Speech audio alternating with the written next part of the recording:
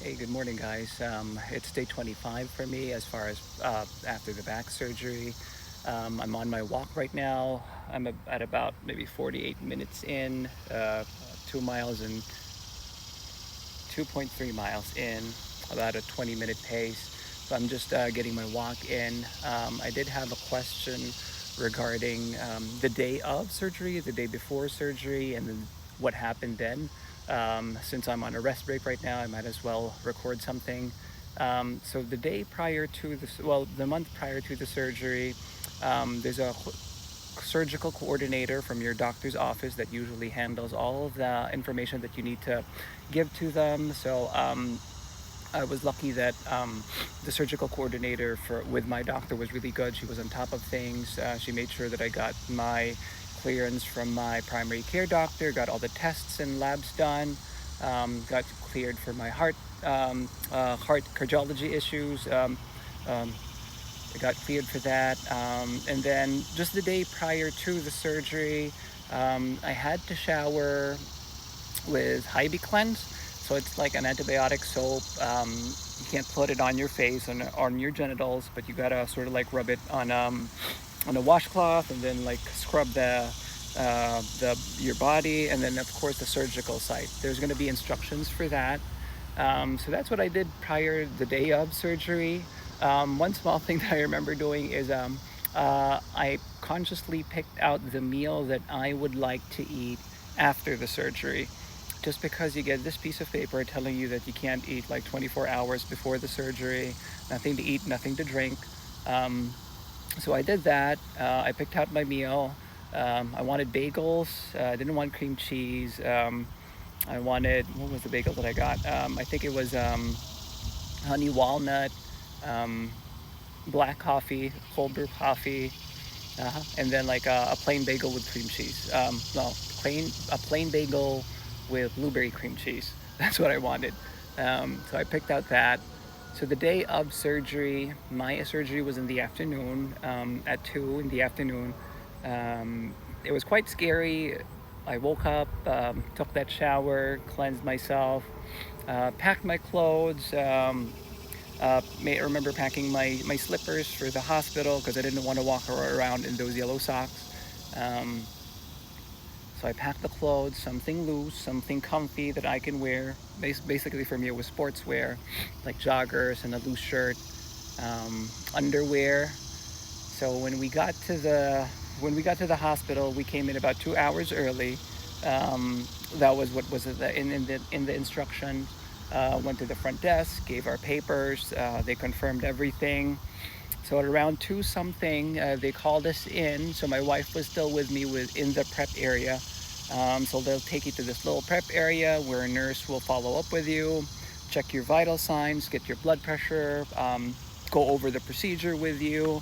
They'll talk about what's going to happen, um, and then they place the IV on me. I have a deadly fear of needles. Well, like you can see that I have several tattoos, but then it's a little bit different when they sort of like draw blood from you. In any case, the nurse was really good.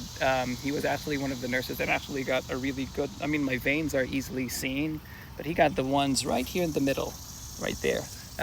So he was really good. He was able to get the IV in there, um, start me off on the medications. I remember them giving me several pain medications that I was surprised prior to surgery. So I think I got 10 milligrams of baclofen, 800 milligrams of gabapentin, and then I think they gave me 1,000 milligrams of Tylenol. And that was oral, so I had to drink that. That wasn't IV or anything. Um, and then I was concerned about getting a catheter in. Luckily, the anesthesiologist, she came in. She told me it was like a non-cath procedure, which relieved me. But I can use a bathroom prior to the procedure. And then my surgeon came in, discussed with my wife what was going to happen. All right, this is what's going to happen, what to expect after, like what they'll use. They gave me instructions as what I can and can't do, how I should do things. That he's going to place steri strips on the incision site and when and how to take them off. He was very thorough. I like my surgeon. And then, um, and then they started wheeling me in. Another nurse came in, transferred me to, I guess, the gurney. And then they wheeled me. I was able to use the bathroom, stood up with the IV, went to the bathroom, and then they wheeled me to the operating room. Now, once you get back into the operating room, it's a very quiet area. Um, I went in, bright lights. I saw the team, several nurses, the PA of the surgeon was there. The surgeon wasn't there right then at that moment, but the anesthesiologist was. So they introduced me to the team. I saw the machines that they were using. It was like tons of machines. So I was a little nervous, very nervous. But the anesthesiologist, she came in, she was talking to me, so was the PA. And then all I heard was like, oh, you're gonna feel a little bit of burning once we place in the anesthesia. So, so basically, she reviewed the procedure with me, checked everything again, made sure that I was getting the right surgery, or the surgery that I was actually planned to do. And I think they checked off with other team members as well.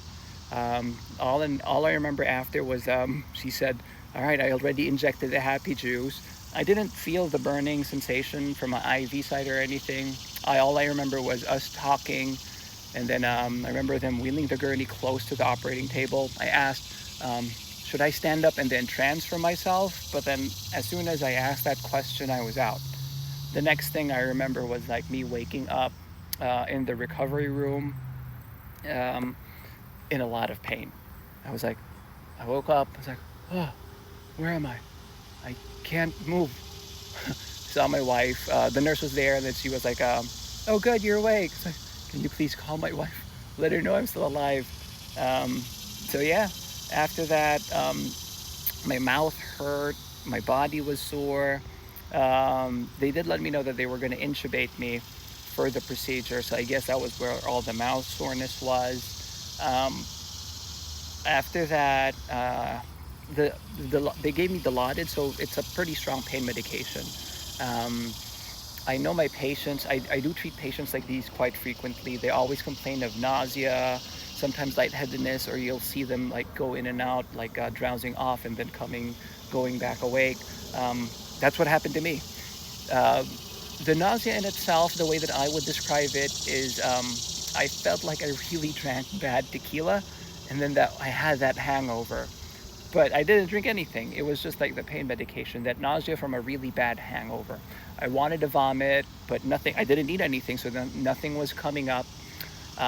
So when I stood up, aside, I mean, there was pain. It wasn't as bad just yet because I was under a lot of pain medication, but I was dizzy. I felt like I had a bad hangover, and some hallucinations. I thought some things were happening to me, but when I opened my eyes, oh, nothing was happening to me. Um, yeah, and then after that, the day after, that's like your night after, my oxygen level dropped. So they had to place me under a nasal cannula at that time, I guess because my respiratory breathing was just depressed from all that pain medication. But in any case, that's like, and the day after, it was pretty good. Physical therapy came in to see me and I got discharged. I hope that gives you guys a good rundown of what to expect the day of, and then what's going to happen with your surgeries. I hope that answers your question, man, that dude that asked. I hope that really does. I hope the video helps. In any case, I'll try to talk more about these topics, especially about surgery, since I do treat a lot of patients with surgeries, not just back, hips, knees, and other types of surgeries.